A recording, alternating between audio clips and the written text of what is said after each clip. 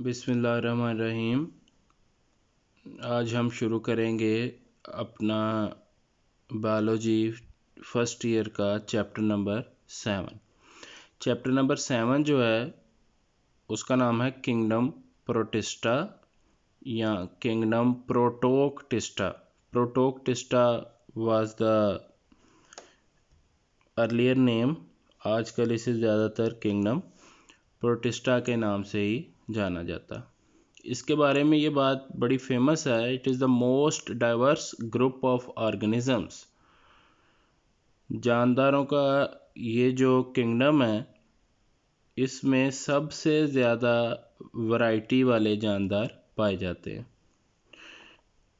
इस किंगडम को सबसे पहले अर्नस्ट हैकेल ने प्रपोज किया। और प्रपोज किस बेस पे किया? By the discovery of euglena.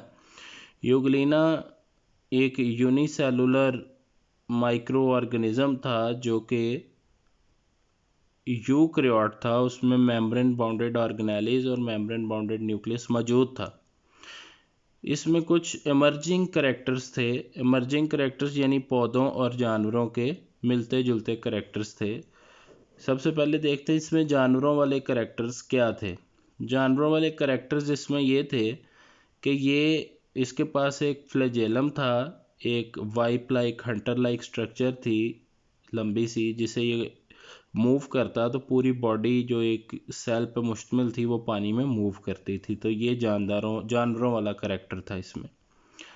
इसमें दूसरा जानवरों वाला करैक्टर ये था कि जब ये डार्क पोर्शन ऑफ वाटर में होता है, ऐसी जगह पानी में जहाँ रोशनी पेनिट्रेट नहीं करती, तो ये by the process of endocytosis ये डिफरेंट पार्टिकल्स को इंजेस्ट करता था। ये इसमें दूसरा जानवरों वाला करैक्टर्स था।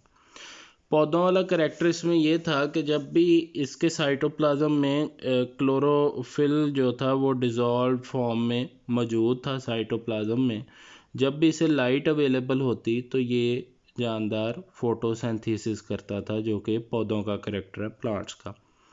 तो ये एक ऐसा जानदार था जो अपने आप में यूनिक था, जिसमें इमर्जिंग करैक्टर्स थे। तो अर्नस्ट हैकेल ने कहा कि हमें अब तीसरा किंगडम बना देना चाहिए जिसमें इस तरह के जानदारों को जगह दी जाए। सो ये किंगडम प्रोटिस्टा है। और किंगडम प्रोटिस्टा में हमारे कोर्स में डायरेक्ट जो स्टार्ट किया है, इसका फाइलम पहला शुरू किया गया है, जो शॉर्ट कोर्स हमारा अभी आया गवर्नमेंट ऑफ पंजाब की तरफ से। उसमें सबसे पहले इसका जो ग्रुप है वो है प्रोटोजोआ। प्रोटोजोआ बेसिकली इसका फाइलम है, इस किंगडम का फाइलम है। प्रोटोजोआ की एक अपनी भी हिस्ट्री है। जब 2 किंगडम क्लासिफिकेशन सिस्टम था तो किंगडम एनिमेलिया के 2 सब किंगडम्स थे। एक का नाम था मेटाजोआ और एक का नाम था प्रोटोजोआ। मेटाजोआ में मल्टी सेलुलर एनिमल्स रखे जाते थे और कहा जाता था यूनिसेलुलर एनिमल्स को प्रोटोजोआ में रखा जाता है। लेकिन जब 5 किंगडम सिस्टम ऑफ क्लासिफिकेशन जो है वो राइज हुआ, मार्कलस और शेकवार्ड्स ने इसे फाइनलाइज किया, तो इन्होंने जो किंगडम एनिमेलिया था उसमें से इसके सब किंगडम प्रोटोजोआ को उठाया और किंगडम प्रोटिस्टा में फाइलम प्रोटोजोआ के तौर पे इसे सेट कर दिया। अब जो प्रोटोजोआ है ये ऐसा फाइलम है जिसमें एनिमल लाइक प्रोटिस्ट पाए जाते हैं, यानी ऐसे प्रोटिस्ट पाए जाते हैं जिनमें हैं तो इमर्जिंग करैक्टर्स, लेकिन ज़्यादा वेटेज किनकी है? ज़्यादा वेटेज है एनिमल करैक्टर्स की। इसमें हेट्रोमॉर्फिक ऑर्गेनिज्म है, ऐसे जानदार हैं जिनकी ज़ाहरी शक्ल सूरत एक दूसरे से बहुत मुख्तलिफ होती है। यूकैरियोटिक होते हैं, यानी मेम्ब्रेन बाउंडेड ऑर्गेनेली और मेम्ब्रेन बाउंडेड न्यूक्लियस पाया जाता है।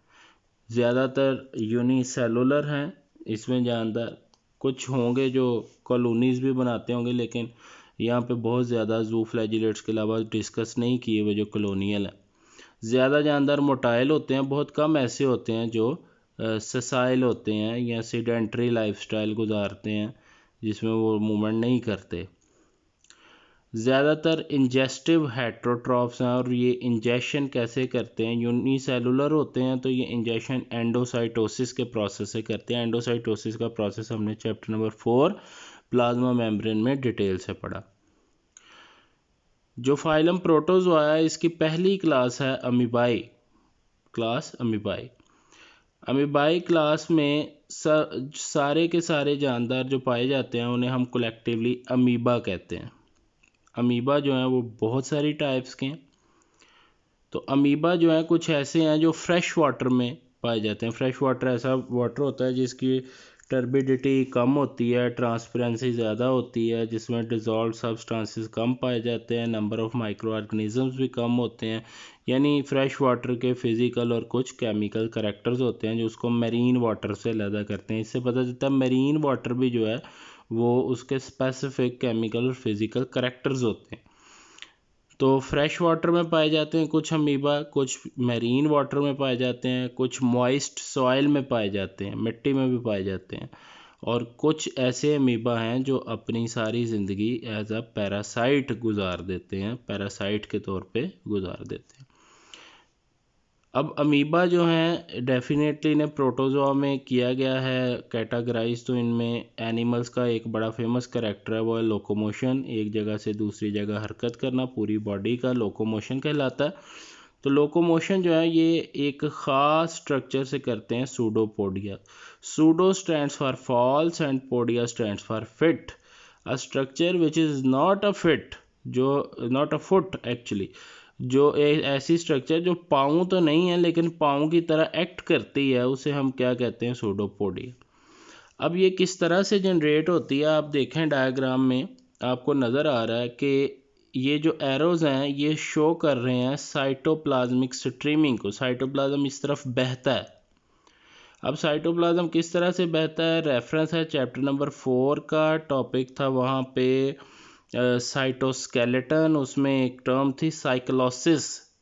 साइक्लोसिस कहते हैं साइटोप्लाज्मिक स्ट्रीमिंग। सेल के अंदर ही साइटोप्लाज्म जो है वो मूव करता है एक जगह से दूसरी जगह। तो साइटोप्लाज्म जब मूव करता है तो एक स्पेसिफिक साइट पे प्लाज्मा मेम्ब्रेन से टकराता है, जिससे एक इलोंगेशन बन जाती है, एक प्रोजेक्शन बन जाती है प्लाज्मा मेम्ब्रेन की। और जैसे जैसे साइटोप्लाज्म की जो मूवमेंट होती है तो वो यहाँ स्ट्राइक करता है, और स्ट्राइक करने से एक जर्क मिलता है इसको, एक जो है वो थ्रेश होल्ड मिलता है, और ये इस तरफ जिस डायरेक्शन में थ्रेश होल्ड मिले उस डायरेक्शन में ये एक सेल जो है ये मूव करता है। इसकी कोई डेफिनेट शेप नहीं होती है, अमीबा की कोई डेफिनेट शेप नहीं होती है। आपके सामने ये जो अमीबा का सेल बना हुआ है ये अमीबा प्रोटियस है।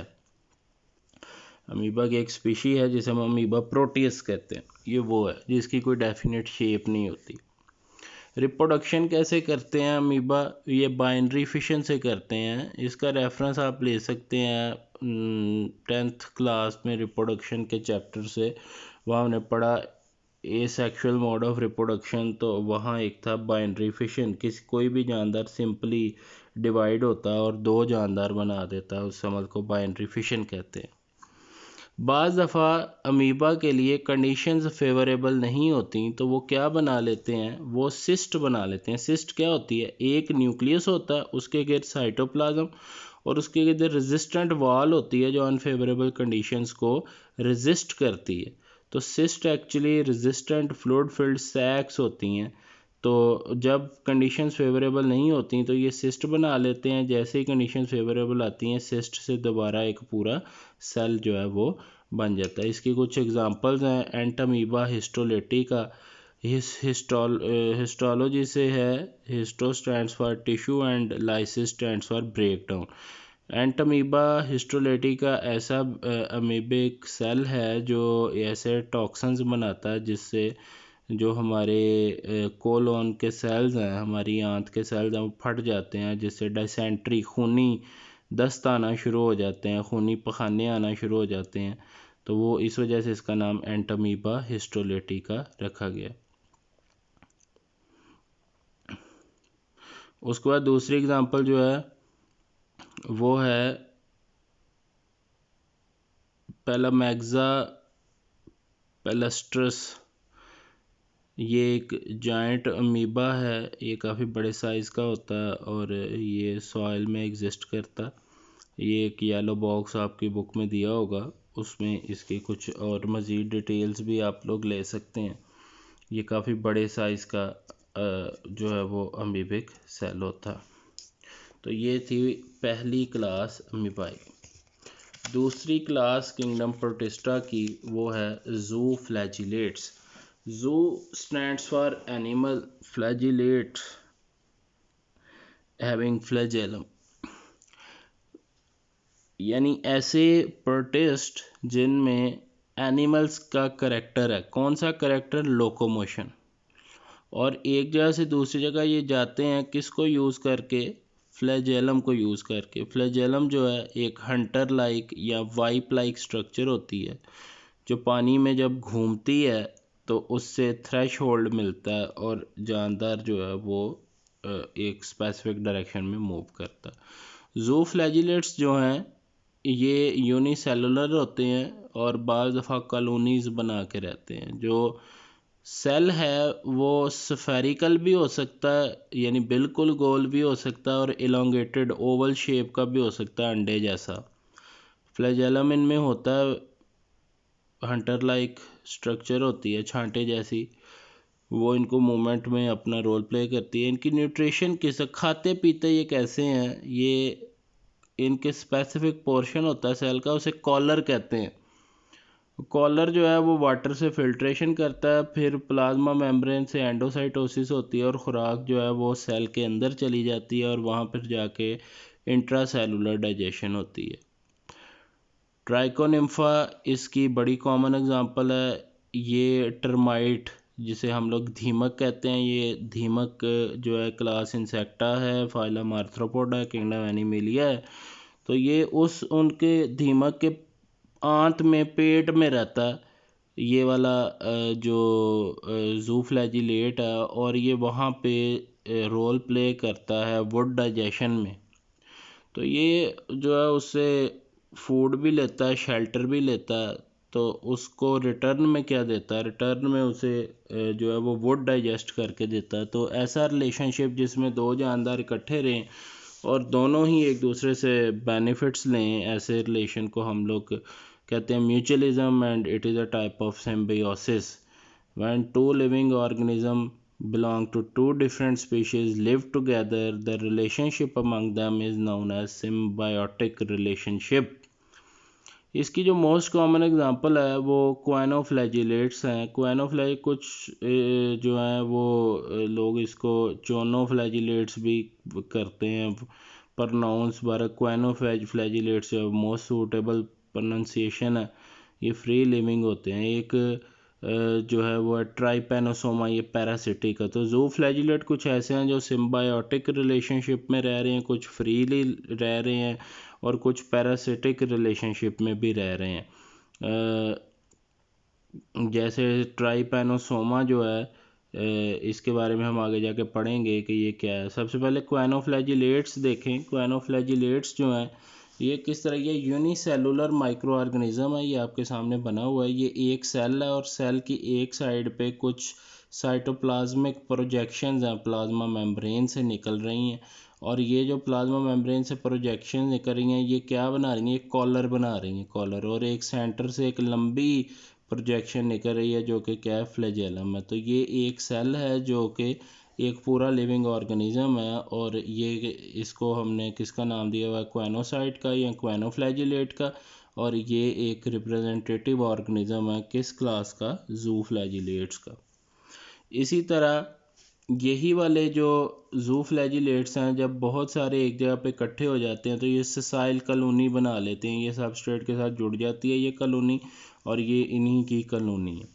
इसी तरह ये आपके सामने जो है ये है ट्राइपैनोसोमा। ट्राइपैनोसोमा जो है ये एक अफ्रीकन मक्खी होती है जिसे हम सिसी फ्लाई कहते हैं। सिसी फ्लाई वेक्टर का काम करती है। ये फ्लाई जब किसी इंसान को काटती है तो उस फ्लाई में से, मक्खी में से निकल के ये ट्राइपैनोसोमा आ जाते हैं ह्यूमन ब्लड में। ह्यूमन ब्लड में आके ये अपनी रिप्रोडक्शन करते हैं और अपनी पॉपुलेशन बढ़ा लेते हैं, जिससे एक बीमारी हो जाती है जिसे हम स्लीपिंग सिकनेस कहते हैं, इंसोम्निया, स्लीपिंग सिकनेस। तो ये जो ट्राइपैनोसोमा है ये पैरासाइट के तौर पे काम करता है। उसके बाद नीचे आपने एक डायग्राम देख रहे हैं, ये भी यूनिसेलुलर ऑर्गेनिज्म है। ये क्या है? ट्राइकोनिम्फा है। ये बेसिकली टर्माइट्स कि लार्ज इंटेस्टाइन में पाया जाता है, वहाँ पे ये वुड डाइजेशन में अपना रोल प्ले करता है। तो ये जो थी ये इसकी जो है वो दूसरी क्लास है। इसी तरह जो तीसरी क्लास है वो कौन सी है, सीलिएट्स।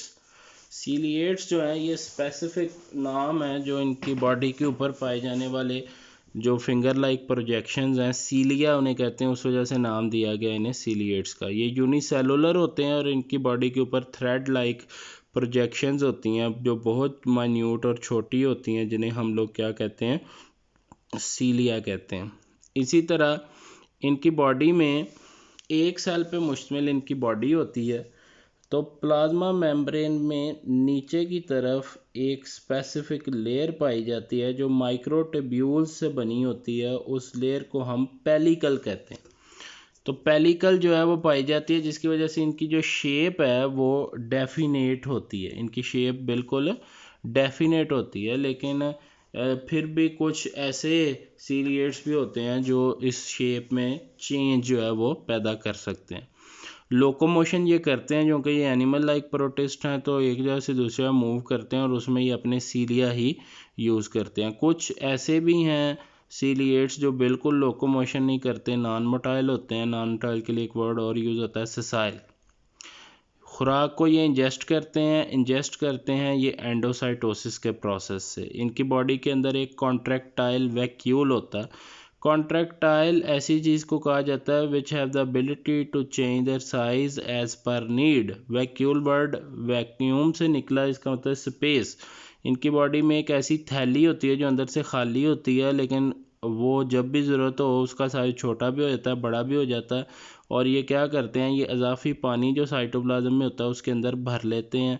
इस तरह इनके साइटोप्लाज्म में जो वाटर कंसनट्रेशन है वो मेंटेन रहती है, जिससे मेटाबॉलिज्म जो है वो मेंटेन रहता है और लाइफ सस्टेन रहती है।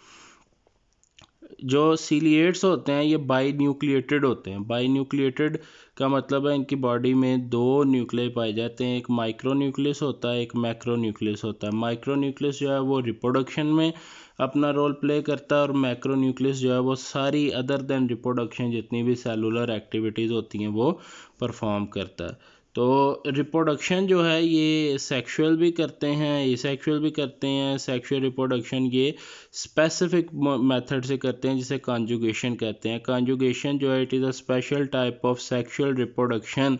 ये ख़ास तरह की रिप्रोडक्शन है। इसमें क्या होता है कि दो सीलिएट्स जो हैं अपने माइक्रो न्यूक्लियस की कॉपी बनाते हैं और दोनों एक दूसरे के साथ अपने माइक्रो न्यूक्लियस की कॉपीज़ एक्सचेंज कर लेते हैं, जिससे जेनेटिक मटेरियल एक्सचेंज हो जाता है और जेनेटिक मटेरियल में शफलिंग आ जाती है, चेंज आ जाता है। और ऐसी रिप्रोडक्शन जिसमें जेनेटिक मटेरियल में शफल आता है, चेंज आता है, उसी को हम लोग क्या कहते हैं, सेक्सुअल रिप्रोडक्शन। इसके कुछ एग्जांपल्स हैं, नीचे आप डायग्राम्स देख रहे हैं, ये यूनिसेलुलर सीलिएट्स हैं। इनमें से पहला है वर्टिसिला। वर्टिसिला जो है ये सेसाइल होता है, नॉन मोटाइल होता है। फिर एक दूसरा है स्टेंटर। स्टेंटर जो है ये भी नॉन मोटाइल है, सेसाइल है। और तीसरा आप देख रहे हैं paramecium. Paramecium most commonly occurring ciliate है और ये डिफरेंट जो है वो डाइजेस्टिव डिजीज़ भी काज करता है ह्यूमंस में। और पैरामेशियम जो है ये मोटाइल होता है, ये एक जगह से दूसरी जगह हरकत कर सकता है। इसी तरह नेक्स्ट है फोरामेनिफेरंस। ये नेक्स्ट क्लास है ज़ूफ्लैजिलेट्स की। इनमें ये भी यूनिसेलुलर हैं, बाकी भी सारे यूनिसेलुलर हैं। इनमें ख़ास बात यह है कि एक सेल जो कि माइक्रोस्कोपिक है उसके गिर्द भी शेल होता है। शेल का हम लोग टेस्ट भी कहते हैं। ये शेल जो है, ये जो शेल है जैसा अंडे के गिर्द होता है, ये किससे बना होता है, कैल्शियम से बना होता है। लेकिन कुछ ऐसे भी फोरामेनिफेरंस हैं जिनके गिर्द सिलिका से बना होता है। Silica it is also element, ये भी एक एलिमेंट है जो सैंड में पाया जाता है। सिलिकॉन डाइऑक्साइड होती है सैंड।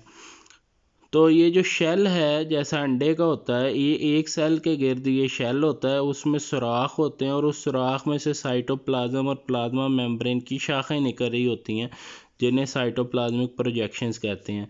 और इनके साथ जो माइक्रो पार्टिकल्स होते हैं, अल्ट्रा माइक्रोस्कोपिक पार्टिकल, बहुत छोटे छोटे पार्टिकल जो पानी में होते हैं, वो एंटेंगल होते हैं, चिपक जाते हैं और ये खुराक के तौर पे उन्हीं पार्टिकल्स को इस्तेमाल करते हैं। Actinopods it is an example of foraminiferan, और इनका शेल जो है वो सिलिका से बना होता है, यानी जो रेत में चमकदार मादा पाया जाता है जो एक एलिमेंट है उसे सिलिका कहते हैं।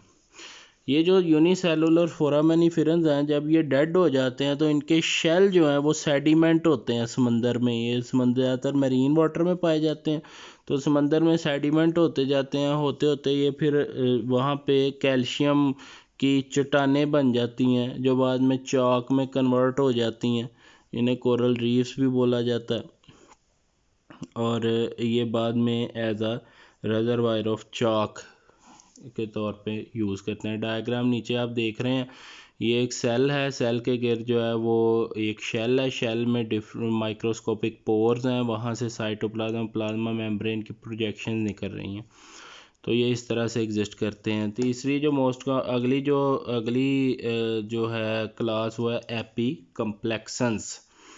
ये एग्जांपल है जी। अच्छा, फोरामेनिफेरन जो थे ये फ्रीली लिविंग थे। सीलिएट्स जो हैं ये सिम्बायोटिक रिलेशनशिप में ज़्यादातर रहते हैं, और जो एपी कम्प्लेक्स हैं ये पैरासिटिक प्रोटोजोन्स हैं, पैरासाइट के तौर पे रहते हैं। इनमें जो लोकोमोशन है वो फ्लेक्सिंग कहते हैं झटकों के साथ आगे बढ़ना किसी चीज़ का, फ्लेक्सिंग लोकोमोशन है। तो जो इसकी जो मोस्ट कॉमन एग्जांपल है वो है किसकी जी, प्लाज्मोडियम इसकी मोस्ट कॉमन एग्जांपल है एपी कम्प्लेक्सन की। और इसके ये प्लाज्मोडियम पैरासाइट है। पैरासाइट हमेशा किसी न किसी होस्ट की बॉडी में रहता है। ऐसा जानवर जिसकी बॉडी के ऊपर या अंदर पैरासाइट रहे उसे होस्ट कहते हैं। तो एक होस्ट इसका मॉस्किटो है, दूसरा होस्ट इसका जो है वो ह्यूमंस है। तो ये जब कंडीशंस फेवरेबल नहीं होती तो ये स्पोर्स बना लेता है। जैसे हमने पीछे देखा कि अमीबा जो है वो सिस्ट बना लेते हैं। स्पोर्स भी रेजिस्टेंट स्ट्रक्चर्स होती हैं, लेकिन सिस्ट से ज़्यादा रेजिस्टेंट होती हैं। सिस्ट जो है वो टेम्परेचर को टॉलरेट नहीं कर सकती, जबकि स्पोर जो है वो अनफेवरेबल टेम्परेचर को भी टॉलरेट कर सकता। तो ये जो प्लाज्मोडियम है जो डिज़ीज़ काज करता है ह्यूमंस में, जिस डिज़ीज़ को हम लोग क्या कहते हैं जी, मलेरिया कहते हैं। तो मलेरिया जो है उसका ये लाइफ साइकिल मैंने आप लोगों के सामने बनाया है। आप लोग अपनी बुक से भी देख सकते हैं कि इसके दो होस्ट हैं, एक ह्यूमन और एक क्या जी, मॉस्किटो जो है ये फीमेल एनोफ्लेज स्पीशी है, एनोफ्लेज स्पीशी है इसकी, और इसके फीमेल मेंबर्स जो हैं उनमें ये पाया जाता है। देखें, सबसे पहले ये ह्यूमन स्किन जो है वो दरमियान में इंडिकेट की हुई है। तो ये मॉस्किटो जब बाइट करता है फॉर सकिंग ब्लड, खून को चूसने के लिए, तो उसके सलाइवरी ग्लैंड्स में होते हैं स्पोरोजोइट्स, यानी जो प्लाज्मोडियम की लाइफ साइकिल में एक फेज़ है स्पोरोजोइट्स। तो स्पोर जो है वो चले जाते हैं हमारी बॉडी में, और बॉडी में जाके सबसे पहले हेपेटिक सेल्स में जाते हैं। हेपेटिक सेल्स में जाके ये बेटा कन्वर्ट हो जाते हैं हैप्नोजॉइड्स में, और ये डॉर्मेंसी में चले जाते हैं जब तक कंडीशंस फेवरेबल नहीं होती।